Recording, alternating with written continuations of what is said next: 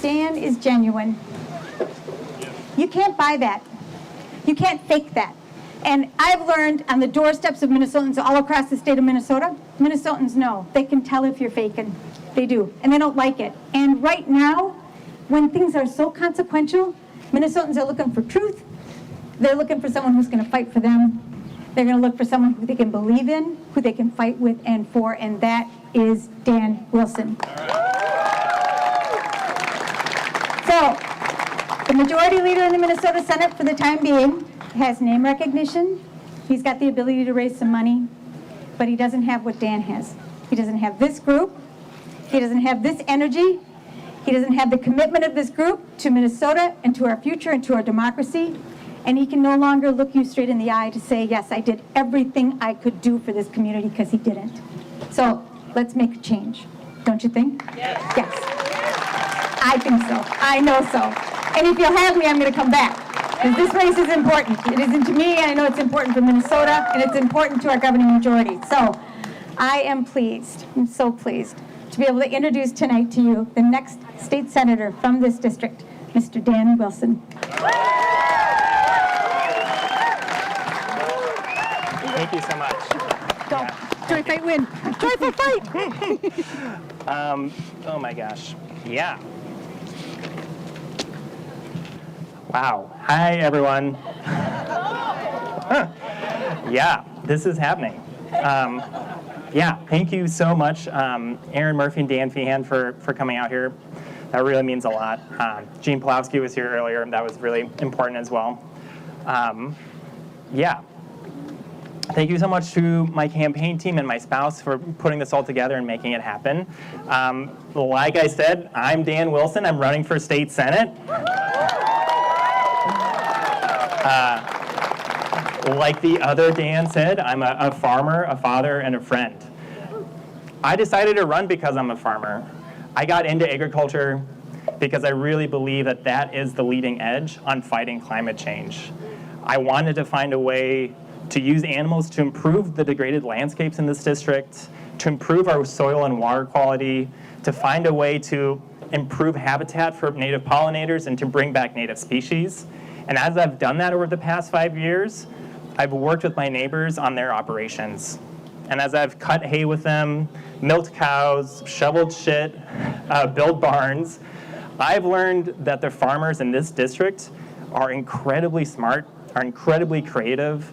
They run businesses that are effective, they're super efficient, and they're some of the hardest working people that I've ever met in my entire life. But I also see the ways in which their backs are up against a wall, that they can't figure out ways to make their businesses make enough profit for their entire family. Right? They're dealing with high land prices, they're dealing with high input prices, and at the same time they're also dealing with a lower commodity market.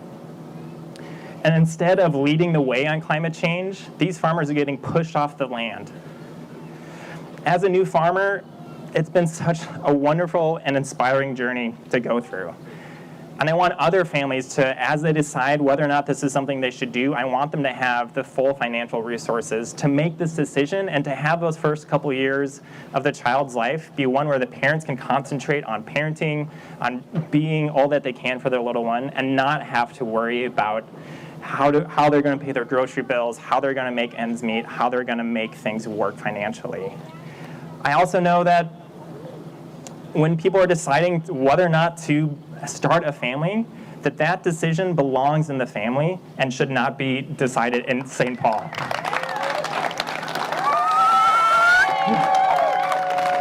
Yeah. Exactly. I also believe that when we fund our schools, we are funding our communities, right? That the future of our schools is the future of our community. So that when we put money, yeah, it's a big deal. There's some teachers here. You can clap for them. They have really hard jobs. Right? That when we fund our schools, we fund every family that's in the district. We help fund every business in the district, because we all do better when we all do better. Right? I also believe that we shouldn't send our kids to school and be worried about them not coming home at the end of the day.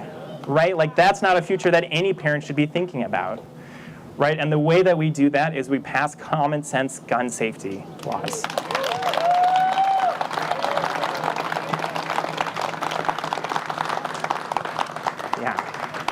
I'm running also because I'm a friend. And for those of you that don't know, that's also a Quaker. Quakers are called the friendly religion. So I'm a friend with a capital F, not just your best buddy.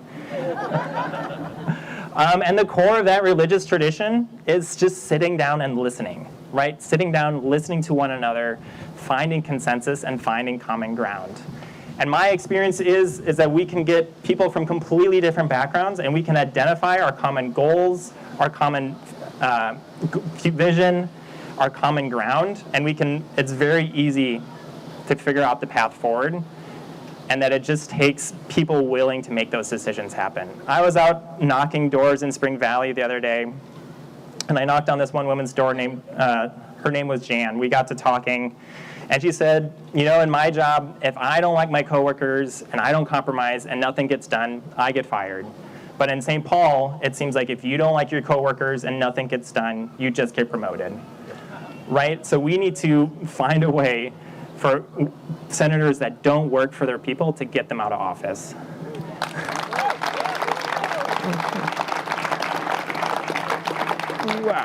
But as you know, this is going to be a hard race, right? I am running against one of the most powerful Republicans in the state, Jeremy Miller. He's the Senate Majority Leader, and he's been in office for 12 years. And when he was first elected, people are excited, right? He comes from a nice Winona family. He promised to be purple. He promised to be a moderate. He promised to come back and bring things for our district. But over the past 12 years, as the Republican Party has gone farther and farther to the right, he's been right there with them every step of the way, fighting lockstep for the most extreme policies and the most extreme positions that are fundamentally disconnected from the values and the views of the people that live here in this district. He's gone up to St. Paul, and he's learned the classic DC playbook of division and obstruction. Right? A perfect example of that is right now, there is a $9 billion surplus in St. Paul. Billion with a B. And it's just sitting there in a bank account because Senator Miller decided he didn't want to hold a special session because he didn't want something to get done. That would have been money for tax cuts to go right back into our pockets. That would have been money to fully fund our schools. That would have been money for mental health programs, for public health programs, for climate change solutions. Right? This is money that our community needs right now. We need it right now as we deal with inflation and high gas prices. But Miller's not holding a special session because he thought the Republicans' best chance in November was to turn around and say, Democrats don't do anything. Right? That's classic obstructionism, that's classic divisionism, and playing political games with $9 billion of our money that we need right now. That's not the kind of leadership that Minnesota needs right now. We need a leader that is ready to get something done. And the Republicans in St. Paul put Miller in this top position because they thought he was in a safe district, right? Because they thought his constituents wouldn't care about what his votes were. They wouldn't care about what he actually stands for. But they were wrong about that. This community cares. Right? This community cares about what their senators stand for. This community cares about climate change. This community cares about reproductive rights. This community cares about gun safety. Right? And this community cares about our schools being fully funded and safe. And when everyone here having a nice Winona evening, when we agree to go out and knock the doors, when we agree to go out and talk to our neighbors, when we go and call every voter in this district, when we explain to people what's at stake with this election, who these two candidates are, we are going to send a message to St. Paul in November. And because it's going to be a hard race, but it's going to be a fun race, right? Going out and talking to our neighbors, talking with strangers, sharing what's going on in our lives, sharing what isn't working for them, what isn't working for us, and dreaming with them about what a solution could look like and who can bring those solutions, that's building community, right? When we go out into our neighborhoods and we build community and we all figure out how to pull in the same direction and we all figure out how to do something together, we can do big things, right? We can get hard things done. And this November, as a community, we're going to do some hard things, and we're going to flip this seat, and we're going to flip the Senate, and we're going to do some big things for Minnesota. Yeah. So thank you so much, everyone, for coming out. This is, a beautiful Winona summer night that's going to kick off a beautiful Winona canvassing season. Cool. Awesome. Thanks, Jody. Let's give it up one more time for Dan. Like, we're real. Thanks. Oh my gosh. Do you guys feel that? Do you feel your cup filling up a little bit right now? Like with this energy? This is what we need. So I didn't introduce myself earlier. My name is Jovi Rocky. I am a local artist. I'm a local business owner. I ran in 2020 for the mayor of Winona. I know there's a lot that goes into a campaign. It is a very vulnerable place to be when you are a candidate, to put yourself out there, to put your name on the line, for your family to be out there. It's challenging, but it is not something that we do alone. This is where you all come in.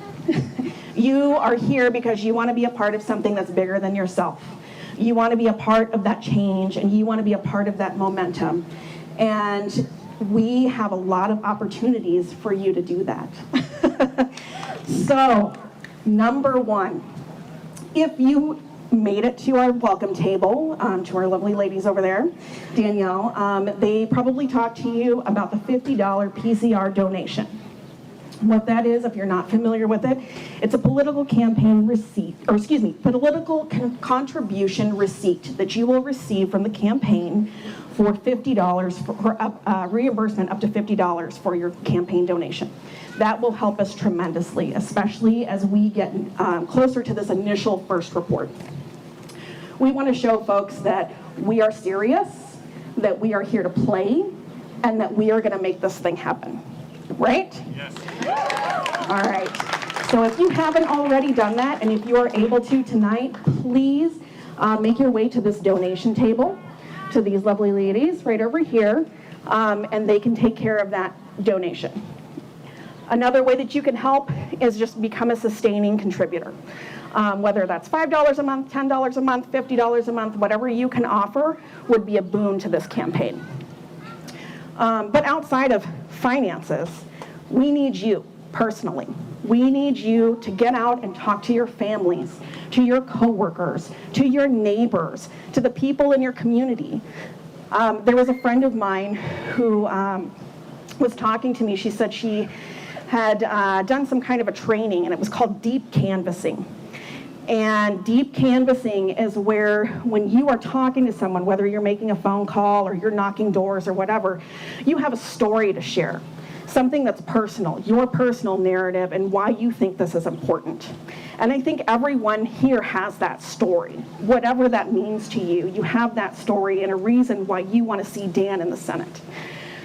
So right over here at this table are a few different boards of some different types of volunteer opportunities that we can use for folks. Our field director, Cara, they're right there.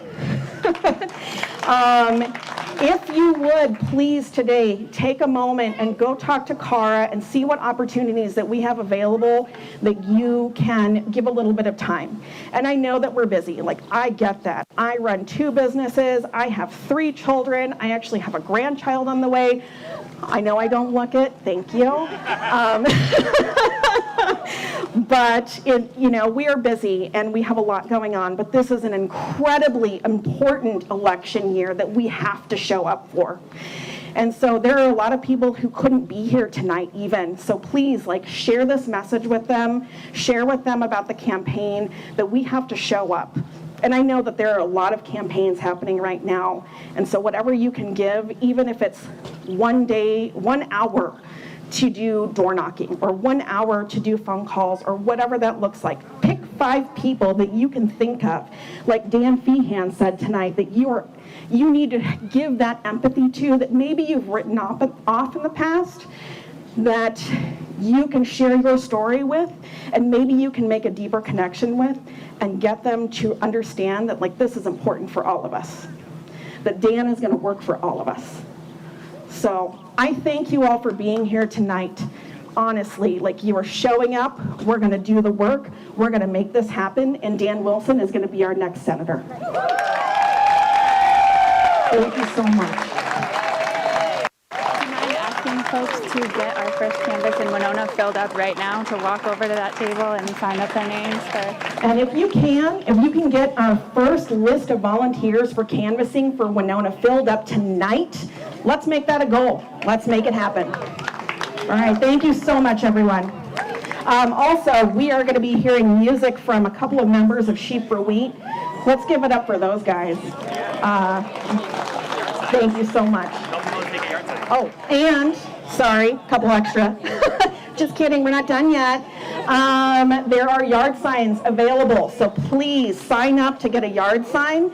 That is going to be at, we'll talk to Cara, our field director, right over here by the volunteer station. They're going to take your information and they will get you a sign. All right, thank you, everyone. Have a great night.